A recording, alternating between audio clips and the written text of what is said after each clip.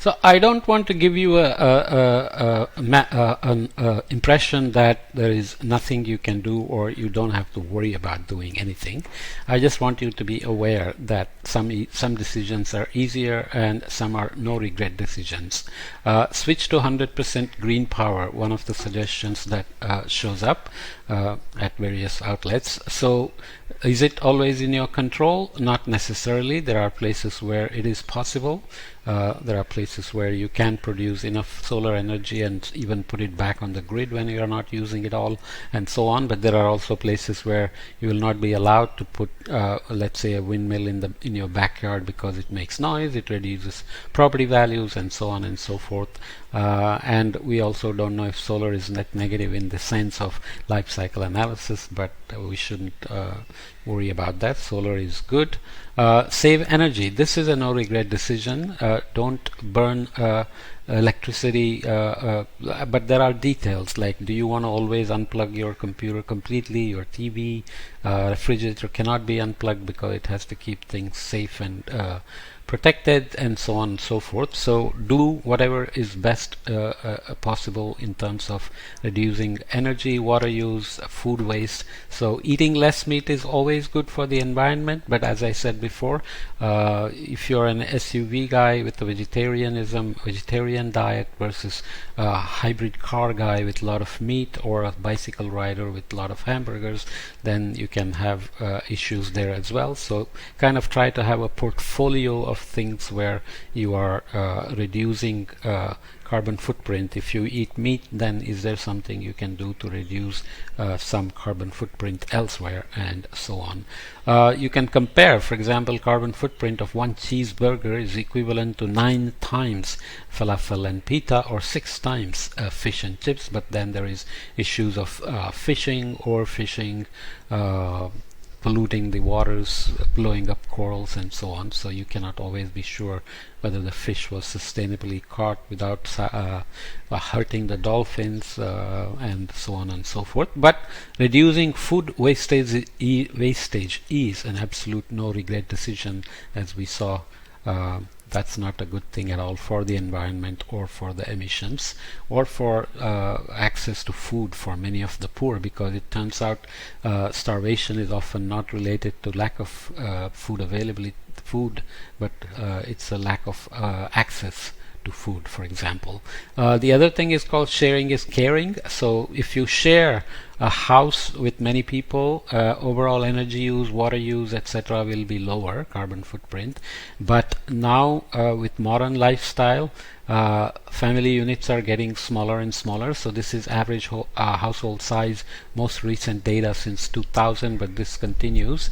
Here in poorer countries you have larger household, but when you go to richer countries, you have households that are fewer than 3. So you have 6 or more in some countries, 5 to 6, and 4 to 5, 3 to 4 in many countries. And even in countries like China and India, as middle class grows, nuclearization grows, so fewer and fewer people live in a house or an apartment, and that necessarily increases the carbon footprint, energy consumption, water consumption, food waste, and so on and so forth. So that is something, and we are now pretty much getting used to living in smaller units. I grew up with a joint family with a lot of people in a little house with just a couple of rooms, but now I can't imagine doing that anymore, as much as I love my siblings and cousins and their families and so on.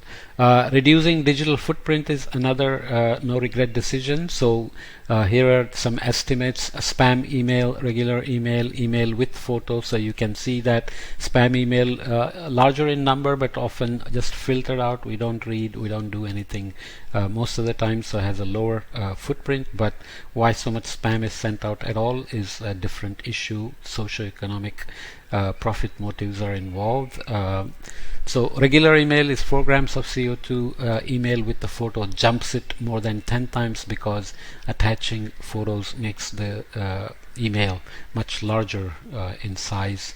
And climate change is harming children's mental health, and this is just the start. So climate anxiety is now a big thing, and there are evidences that digital communications help connect with people, but there is also evidence that people are more and more isolated, even though they have a lot of friends on digital platforms like Facebook or WhatsApp and so on and so forth.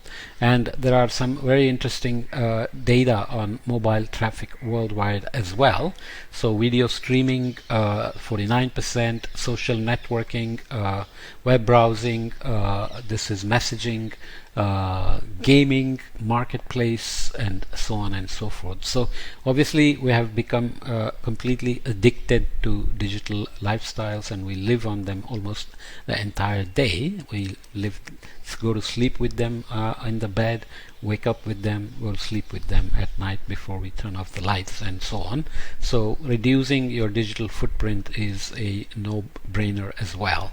I will already we mentioned Bitcoin in one of the greening efforts, which hopefully will help, but you can see here Bitcoin consumes a similar amount of power to the Netherlands. So data centers worldwide, we also mentioned doing the same thing in annual power consumption in terawatt hours. Data centers worldwide, Bitcoin is here, Netherlands is here, smaller than both of them. Chile is way down here, Tajikistan, and Google is doing much better, but Google has always made a lot of noise about renewable energy and so on and so forth. So there are always unintended consequences. As we said before, people want to make money from Bitcoin, and there was an argument that this will be safer than currency and so on, but energy required for running the data mining is massive. Data centers, data analytics will be useful for dealing with climate change and everything else, but we also are storing all sorts of junk, and that's costing a lot of energy as well. So let's leave this podcast here and add a couple of more things in the next podcast.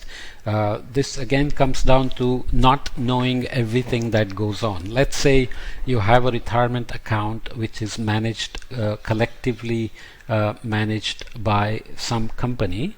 You don't know the details. For example, I have a retirement account which is run by TIAA-CREF.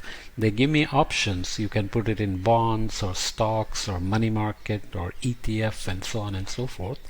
But I don't know which company is actually involved in the investment money that I'm putting into. Could be fossil fuel, it could be a very environmentally unfriendly company, it could be Bitcoin. So how do I sit down and manage my own money? I cannot do that. In fact, I don't have interest, but I also cannot I'm not going to do it, but there are people who do it. And what is our obligation? We want to save for the future. We will come back and see that human beings have a very warped sense of how much to save for the future. In fact, we have no switch, right? We don't know what is enough for the future. Very few people can say this is enough, even though research after research shows that beyond a certain amount, money doesn't add any happiness. So how do we manage those things? It's always tricky. Again, it comes down to doing the best you can and avoiding intentionally investing in I don't know if investing in fossil fuel companies, is it bad right now?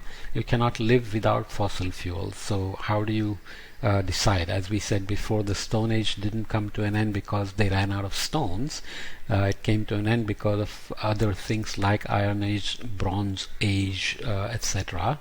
And the same thing has to happen with coal and fossil fuels. Coal is becoming economically unviable, and it will be phased out. Not fast enough, of course, but still it will be. Fossil fuel right now cannot be phased out completely, but hopefully the transition will be just, equitable, and rapid to avoid dangerous climate change. So your role continues to be either being aware of all the things that can be done, speaking up for them, protesting, taking action, and so on. So individual action doesn't mean reducing emissions. It can also mean voting the right way, speaking up the right way, writing in newspapers the right way, or what I consider myself doing is putting up free courses on YouTube for everybody to learn and raise their awareness. So this is my service for climate change as well. Okay.